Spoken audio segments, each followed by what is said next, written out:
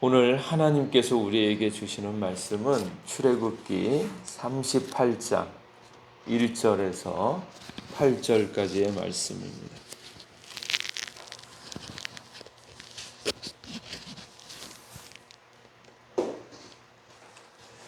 출애굽기 38장 1절에서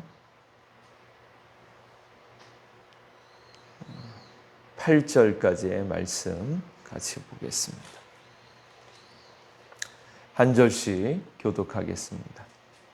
그가 또 조각목으로 번제단을 만들었으니 길이는 5규빗이요 너비도 5규빗이라 네모가 반뜻하고 높이는 3규빗이며 네 모퉁이의 위에 그 뿔을 만들되 그 뿔을 제단과 연결하게 하고 제단을 놋으로 쌌으며 제단의 모든 기구 곧 통과 부삽과 대야와 고기 갈고리와 불 옮기는 그릇을 다 놋으로 만들고 제단을 위하여 놋 그물을 만들어 제단 주위 가장자리 아래에 두되 제단 절반에 오르게 하고 그 놋 그물 네 모퉁이에 채를 꿰 고리 넷을 부어 만들었으며 채를 조각목으로 만들어 놋으로 싸고 제단 양쪽 고리에 그 채를 꿰어 매게 하였으며 제단은 널판으로 속이 비게 만들었더라. 그가 놋으로 물 두멍을 만들고 그 받침도 놋으로 하였으니 곧 회막문에서 수종드는 여인들의 거울로 만들었더라. 아멘. 예.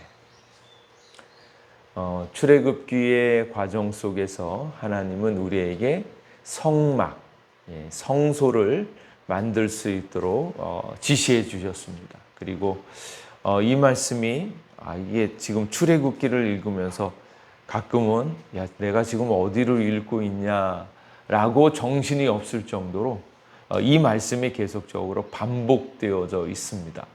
성소와 성막 그리고 그 위치들 그리고 그것을 만드는 방법, 누가 만들었고 하는 이야기가 반복되어져 나오고 있습니다.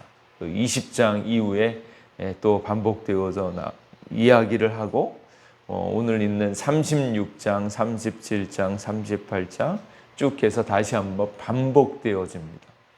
반복되어진다라는 것은 그만큼 중요하다라는 거예요.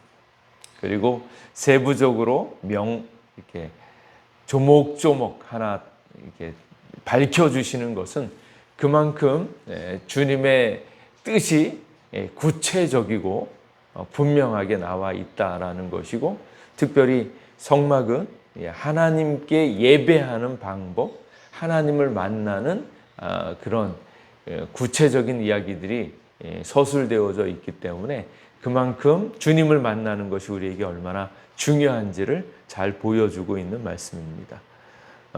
특별히 오늘 이제 38장의 말씀에는 번제단을 이렇게 만들고 물두멍 그리고 성막 울타리 이런 것들을 상세하게 설명하고 있습니다.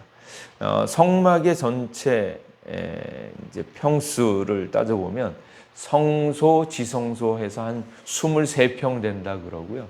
지성소는 6평 정도 된다 그럽니다. 그리고 그 주변에 뜰이 되어져 있고, 그리고 방향은 동쪽 방향으로 그 문이 나 있어서 동쪽에서 문을 열고 이제 들어오게 되어집니다. 근데 이때 이제 이 성막이 너무 중요한 것은 지성소를 향하여 하나님을 더욱더 가까이 친밀하게 만나는 그 과정이 그 안에 잘 서술되어져 있습니다. 그래서 하나님을 만나는 길 그리고 하나님의 실체의 모습을 그대로 담고 있다라는 것이고, 그래서 이것을 온전히 이루신 분이 예수님이셔서 성막은 예수님을 예표하는 것이고 예수님의 몸된 교회를 상징하는 것이고, 그래서 이렇게 들어오고 있는 출입문도 예수님을 의미하고, 들어와서 번제단 먼저 만나게 되어졌을 때 번제단도 예수님의 사역과 예수님의 능력, 예수님의 역사를 그대로 설명하고 있고, 또 물두멍도 마찬가지고 성소 안에서에 있는 그 분향단, 그리고 떡상, 그리고 금촛대, 이것 또한 예수님의 가장 중요한 부분들을 그대로 상징해 주고 있습니다. 그래서 우리는 성막을 통해서 무엇을 배워야 하는가, 하나님 앞에 나아갈 때 우리는 어떤 자세로 나아가야 하는가 하는 것을 잘 배울 수 있습니다. 또한 이것은 인간 존재의 구조, 하나님이 만드신 인간의 몸하고도 비교를 합니다. 가장 깊은 곳에 영혼이 있고요. 그 영혼의 성으로 그 안에 계신 하나님을 만나러 들어가고 있는 영혼 육의 그런 구조도 역시 가지고 있습니다.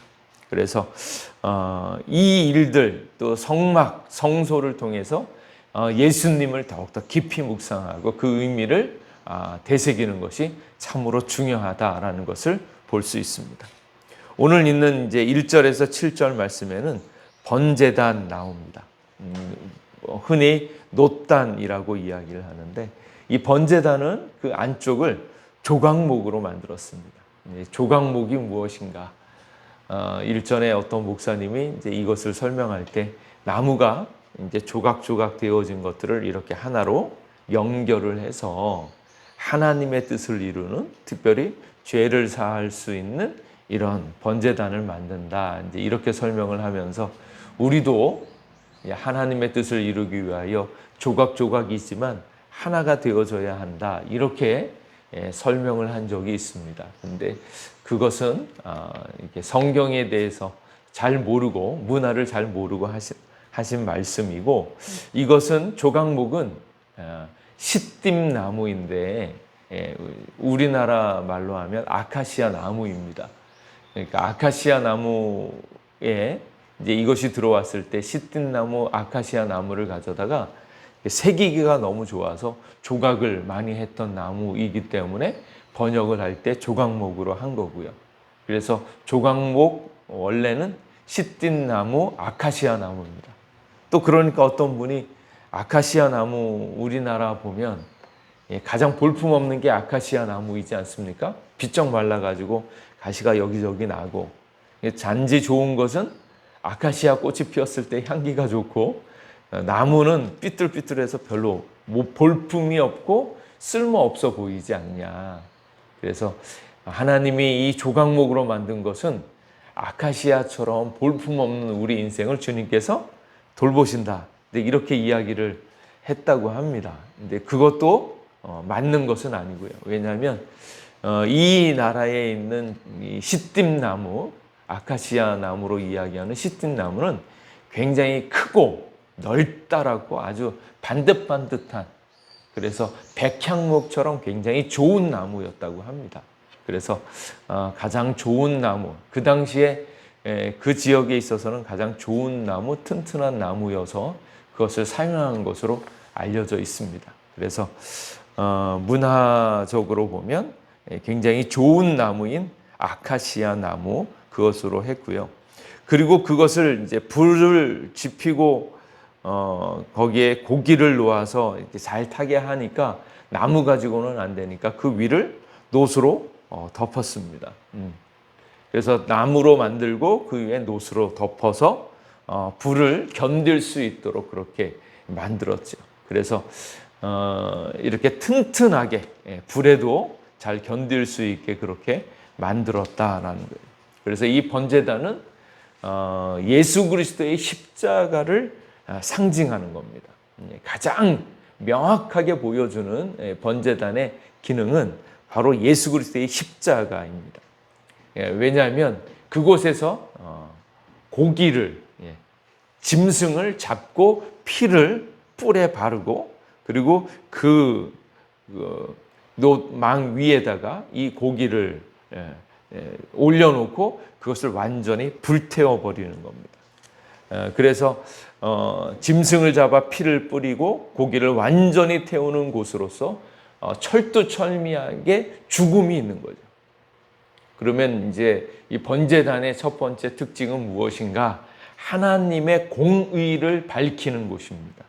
그래서 하나님께서 모든 일에 대한 평가와 심판이 있다라는 것을 알려드리는 거예요. 하나님의 공의의 실체는 무엇인가? 하나님이 창조주이시고 피조물을 만들지 않았습니까? 그 피조물을 만들 때 하나님께서는 하나님의 뜻이 있으셨어요. 하나님이 보시기에 좋았더라. 창조물을 만들고 창조가 원래의 뜻대로 움직여졌을 때 그것을 아름답다고 하고 그것을 의롭다고 합니다. 그런데 그 피조물이 범죄하죠. 하나님이 만드신 뜻대로 말씀대로 살아가지 않으니까 그것이 어그러져서 죄가 형성이 되어지고 그것을 분명히 밝히는 장소가 바로 여기입니다. 그래서 의는 하나님의 뜻이 이루어지는 것, 죄는 하나님의 뜻이 어그러진 것이 바로 죄인데 그것이 반드시 밝혀져야 된다라는 것을 번제단을 보면 알 수 있습니다. 그래서 성막에 들어왔을 때 가장 첫 번째 만나는 것이 번제단이죠. 우리가 하나님 앞에 죄를 가지고서는 더 이상 하나님 안으로 들어갈 수 없는 것을 이야기하는 거고, 그래서 하나님의 공의가 선언되어지는 것이 바로 그 장소이고 하나님의 의가 선언되어지는 그 자리에 죄된 인생이 죽을 수밖에 없다라는 거예요. 그래서 번제단에서 백성들이 죄를 지었을 때 생축, 짐승을 데리고 와서 그 머리에 안수를 하고 자기 죄를 고백하게 하고 그러므로 생축을 잡아서 번제를 완전히 태워서 하나님 앞에 올려드리는 제사를 드리게 되어지는 것. 그래서 거기서는 죄를 밝히는 것, 죄의 값인 사망이 이루어지는 것이 바로 그것입니다. 그리고 이제 두 번째 번제단에서 꼭 기억해야 하는 것은 무엇인가 하면 하나님의 사랑이죠. 사랑. 하나님의 사랑의 성품을 볼 수 있습니다. 왜냐하면 죽어야 되는 것이 누굽니까? 죄를 지은 인간이잖아요. 그런데 죄를 지은 인간 대신에 짐승에게 안수를 하고 거기에다가 죄를 뒤집어 씌워서 짐승으로 죽게 한다라는 거예요. 그래서 하나님이 이 법을 만들어 내셨어요. 이게 참 생각해 보면 말이 안 되죠. 죄를 지은 인간이 죽어야지 그거를 왜 죄도 없는 짐승에게 그걸 덧붙여서 죽게 하느냐. 근데 이걸 생각해 보면 참 동물이 불쌍하다. 오늘날 좀 어떤 좀 뚱딴지 같은 사람들이 이야기하면 이거 동물 학대다라고 얘기할 정도로 이런 현상이 나타나는 것은 무엇 때문인가? 다른 것이 아니라 인간을 사랑해서 그렇습니다. 인간이 죽어야 되는데 인간의 죄를 짐승에게 덮어 씌워서 짐승을 죽게 함으로 우리의 죄를 용서하시는, 그만큼 우리를 죽게 하지 않으시려고 하는 하나님의 사랑이 나타나 있고, 그리고 이 일들은 결국 우리의 죄를 사할 수 있는 예수 그리스도를 보여주고 있는 그런 말씀입니다. 이런 방법을 왜 생각해냈겠습니까? 그때만 해도 죄를 지으면 인간을 그냥 바로 죽였어야 되는데 그렇지 않고 그 인간을 살리고 그 죄를 대신 지게 하는 방법을 이렇게 생각해낸 거예요. 그것은 우리 대신 죽으시는 예수 그리스도의 놀라운 사랑을 미리 보여주고 그것을 그들에게 이해시키기 위해서 이 방법이 여기에 있습니다.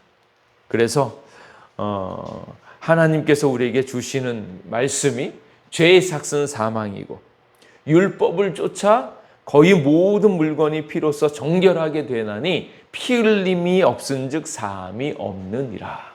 예수 그리스도께서 십자가에서 그 피를 흘려주심으로 말미암아 우리를 위하여 피를 흘려서 죽으셨으므로 우리가 나음을 얻고 살아나는 것을 보게 하기 위하여 이 번제단이라고 하는 이 성막의 방법을 하나님께서 만들어 주셨다라는 거예요. 그래서 번제단을 볼 때마다 하나님의 공의, 그리고 우리를 너무너무 사랑해서 대신 죽으시는 예수 그리스도의 사랑을 미리 보여주시는 하나님의 사랑을 이곳에서 볼 수 있습니다. 그래서 번제단에서 우리의 죄가 완전히 사해지고 그 값으로 우리가 죽었다라는 것이고, 더 나아가서 이것은 예수 그리스도께서 우리를 위하여 죽으시는 그 사건이 바로 번제단에서 나와 있다라는 것을 분명히 기억하셔야 됩니다. 그래서 놋으로 조각목으로 만들고 놋으로 만들고 이 놋이 불을 견디는 것처럼 하나님의 신성을 나타내고 죄 없으신 의를 상징하고 그리고 그 안에서 심판과 구원이 일어나고 있다라는 것을 잘 보여주고 있다라는 것입니다. 그리고 번제물에 기구들이 또 있죠. 거기에 보면 재를 잡는 통, 부삽, 대야, 고기 갈고리, 불 옮기는 그릇 전부 놋으로 만들어져 있습니다. 근데 이것이 의미하는 것은 뭔가 하면 뭐 또 하나님이 기적도 많이 베푸시고 막 그러시던데 그냥 우리의 죄를 대신할 수 있는 짐승을 이렇게 벌려서 올려놓아서 그냥 불태우면 그냥 뭐 하나님이 기적적으로 알아서 받으시지 이래야 될 것 같기도 한데 그렇지 않고요. 우리가 주님 앞에 나아가고 있는 이 방법들은 세세하고 또 우리가 일일이 살펴야 되어지는 그런 부분이 있습니다. 그래서 고기를 나무에 벌려서 넣고 불이 타지 않으면 고기 갈고리로 이렇게 헤집어서 불이 잘 피워질 수 있도록 또 재가 나오면 어떻게 합니까? 재를 또 치워야죠. 재를 통에 담아서 재를 버리고 이렇게 우리 자신이 주님 앞에 온전히 드려질 수 있도록 우리를 온전히 이렇게 버려야 되고 온전히 바쳐야 되고 또 그 안에서 타는 것과 타지 않는 것들 잘 다시 보살펴서 그것을 온전히 태워버릴 수 있도록 나아가는 거예요. 그래서 우리 자신을 주님 앞에 온전히 들을 수 있도록 우리의 모든 것들을 살펴서 완전히 소각되어질 수 있도록 하늘로 드려질 수 있도록 그런 헌신할 수 있도록 우리의 삶을 이렇게 세세하게 살펴야 되는 것 또한 의미합니다. 그리고 이제 그 뿔, 네모퉁이에 재물이 떨어지지 않도록 묶기 위해서 뿔을 만들고요. 그리고 또 그 뿔이 나중에 그 뿔을 잡으면 그 도피성의 역할을 하는 것처럼 그 뿔을 잡고 있으면 죽게 된 자를 살리는 권세와 능력이 나와 있죠. 그래서 예수 그리스도의 십자가의 구속이 죄로 죽을 자를 살리는 권세와 능력이 있다라는 것을 뿔을 통해서 또 보여주는 거예요. 그리고 그것에서 태울 때에 나타나는 그 불은 어떤 불인가? 하나님이 주신 불이에요. 재물을 태울 때마다 사용되어지는 불은 사람들이 피운 불이 아니고 하나님께서 직접 주신 불입니다.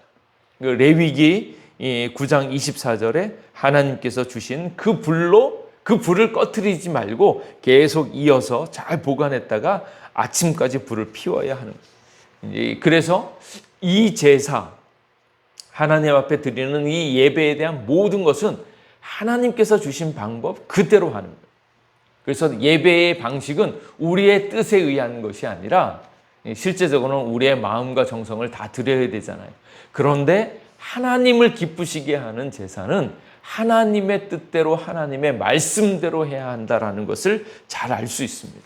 그래서 지금 이제 번제단 이 모든 것들이 하나님의 말씀에 순종하고 있는 그 순종을 바탕으로 해서 하나님 앞에 나아가는 거거든요. 그래서 순종 잘하려면 그 말씀을 잘 들어야 하고 그 말씀해 주신 방법대로 이루어졌을 때 하나님께 진정한 순종이고 예배의 삶이 그대로 나타납니다. 그래서 성경 전체에 나타나 있는 것들이 바로 이 예배의 삶이죠. 아벨은 예배를 잘 드렸고 또 그 위에 이루어지고 있는 하나님을 존중하고 하나님을 따르는 사람들이 계속적으로 하게 되어지는 것이 예배자입니다.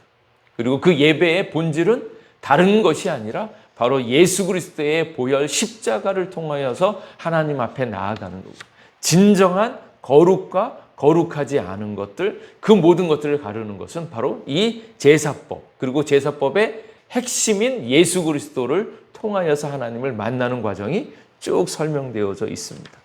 그래서 이 성막들에 들어오는 사람은 하나님의 성전에 들어가기 위해서 먼저 번제단을 드리고 번제단 위에 다 태워드림으로 정결케 되어지고 그 다음에 들어가는 것이 8절 말씀에 그가 놋으로 물두멍을 만들고 물두멍을 만들죠. 그러니까 번제단을 통해서 예수 그리스도의 십자가를 경험하고 그러므로 말미암아서 깨끗게 되어진 사람이 그 다음에는 손과 발을 씻는 물두멍으로 나아가는 겁니다. 그래서 물두멍은 제사장들이 하나님 앞에 성소에 들어가기 전에 그곳에서 가서 온전히 손 발을 다 씻는 성소 봉사의 직분을 수행하기 전에 다시 깨끗하게 하는 것입니다. 그래서 인간의 죄가 많은데 그 죄를 일일이 씻는 것을 이야기하고요. 그래서 그렇게 보니까 우리 예전에 세족식 하던 생각이 나지 않습니까? 그랬더니 베드로가 다 씻어주세요 그랬더니 예수님이 너는 이미 목욕을 했고 다 씻었기 때문에 다른 것은 씻을 필요가 없고 발만 씻으면 된다. 그렇게 말씀한 것처럼 여기 번제단에서 예수 그리스도의 보혈로 말미암아서 온전히 깨끗하게 되어졌고 또 이제 날마다의 삶 가운데서 우리를 괴롭히고 있는 죄의 흔적들을 이 물두멍에서 씻는 겁니다. 그래서 번제단과 물두멍 그것은 예수 그리스도의 보혈로 말미암아 깨끗하게 목욕을 한 사람이 이제는 날마다의 삶 가운데서 계속 우리를 괴롭히고 있는 죄들을 그대로 씻는 그래서 결과적으로 완전히 예수 그리스도의 보혈로 정결한 삶으로 나아가고 있는 그 삶을 잘 보여주고 있는 것입니다. 그래서 이 예배, 성막 이 모든 것은 하나님의 거룩함과 관련되어져 있고 그리고 그 거룩함으로 말미암아서 하나님 앞에 예배하는 것이고 그 예배해야 할 수 있는 온전한 방법은 바로 예수 그리스도를 통해서 우리 자신이 하나님이 기뻐하시는 예배자가 되어질 수 있다는 것을 그대로 보여준다라는 것입니다. 그리고 8절 말씀에 좀 특이하게 또 한 가지 붙은 것이 있는데 그게 뭔가 하면 노수로 물두멍을 만들고 그 받침도 노수로 하였으니 곧 회막문에서 수종드는 여인들의 거울로 만들었더라. 당시에 거울을 뭘로 만들었냐면 품질 좋은 노수로 만들었다라는 거예요. 그러니까 롯이 오늘 같으면 이제 거무대대하고 별로 볼품이 없지만 이것을 아주 잘 정련을 하고 깨끗하게 닦으면 거울로 보여졌다고 합니다. 그러니까 여인들이 가지고 있었던 것들 중에 노수로 된 가장 귀한 것, 특별히 그것은 어떤 때 쓰여집니까? 본인의 자신을 살피면서 예쁘게 되어지려고 하고 있는 그런 이렇게 자신의 모습을 비춰보면서 예쁘게 하려고 했었던 그 모든 것, 여인들의 관심사, 여러 여인들이 좋아했던 그것을 다 가지고 하나님 앞에 들여서 죄를 씻는 물두멍으로 만들었다라는 거예요. 그만큼 여인들이 헌신하여서 이런 것들을 만들었다라는 것이고 또 더 나아가면 여인들의 얼굴을 밝히는 것보다 더 중요한 것은 우리 자신들의 죄를 밝히고 죄를 비추는 것이 더 중요하다라는 것을 이제 보여주고 있는 말씀입니다. 그래서 날마다의 자신의 모습을 점검하고 회개하는 삶을 살아야 된다라는 것을 또한 알 수 있습니다. 그리고 이제 성막 울타리로 넘어가죠. 성막 울타리 또한 예수님이 우리의 문 되어 주시잖아요.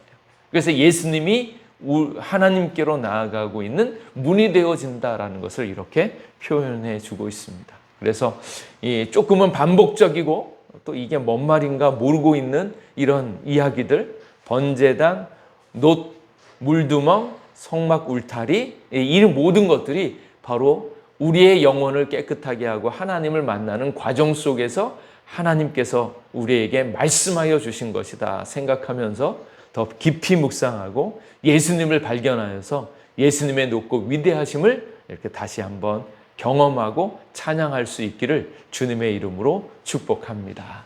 기도하겠습니다. 하나님, 번제